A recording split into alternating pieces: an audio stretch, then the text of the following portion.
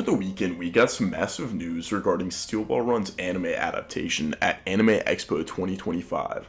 There were some really great announcements, such as announcement for Cyberpunk Edgerunner Season 2, more info on the Chainsaw Man Reize Arc movie, more info for Bleach Thousand Year Blood War, and a new Fist of the North Star adaptation, which is pretty dope. And there was a lot more. The most exciting part of the expo, however, is that we got some really fascinating information about Part 7 of JoJo's. And we have three key art images to highlight it. First off, we have this artwork of Johnny and Gyro showing more of what they're going to look like in the anime. And although this image isn't completely colored in, it still looks really dope and makes me feel more confident in the animation team, because I honestly like the way they look here a little bit better than they did in the first look we got to see at Johnny and Gyro. And this piece of art was illustrated by Daisuke Sumigari. I'm definitely butchered that, but he has done some of the character design for Golden Wind, and we're actually going to talk more about him in a sec with the next image that reveals the main staff that will be working on the Steel Ball Run anime adaptation. The team that's working on this is incredibly promising, with Yasuhiro Kimura and Hideo Takahashi directing the series. And they both previously worked on Golden Wind, which I think is one of the best animated parts. And this series director continues to be Toshiyuki Kato, who has worked on every single part. And if you want to know the difference between the director and the series director, I'm pretty sure the series director, obviously is the director of the series overall, but their job is more of a kind of quality control over the entire series.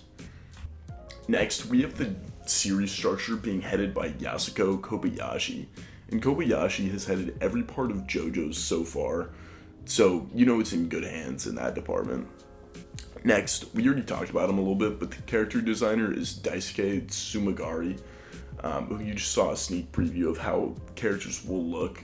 And he's worked on Golden Wind, so you're starting to see a little bit of a theme here with, all of JoJo's, but especially Steel Ball Run, with returning crew from past parts coming back to work on this, which is an incredibly good sign, because you already know these people have what it takes to make a great adaptation. And for music, we have Yugo Kano returning from working on all of parts 3, 4, 5, and 6's music. And this man has made some iconic tracks, such as the Stardust Crusaders theme, Giorno's theme, and Trader's Requiem, the intro.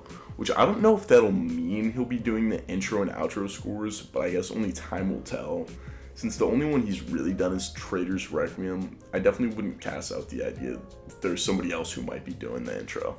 And then for the sound director, we have Yoshikazu Uwanami. That is a mouthful, man.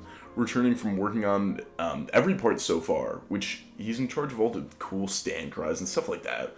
So you can expect some more top quality sound design. And then finally, we have David Productions as the animation team. Big surprise there, big surprise. But yeah, no, they've done every part so far, so that's obviously not a surprise at all. And then for the final teaser, we got just an announcement saying to save the date for September 23rd, where we will get more information on Steel Ball Run in a live stream. I want to make the claim now that I personally think we're going to be getting some sort of teaser trailer, and perhaps hear some of the voice actors. That might be a stretch, but I think it'll be something big.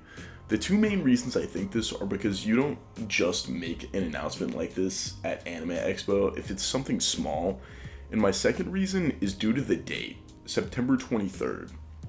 In Steel Ball Run, the start date of the race is September 25th, and for me, I think that date is a little too close to be a coincidence. And where I originally theorized we were going to get some sort of massive news on September 25th, I guess I was partially wrong about the date, but you know, who cares? I think we can probably assume that although we're probably not going to get a full-blown trailer, we are at very least going to see some sort of teaser for it, and I'm hyped, man. With that, it about wraps it up. Thanks for tuning in, and expect a follow-up video after the announcement on September 23rd, where hopefully I'm breaking down a teaser trailer.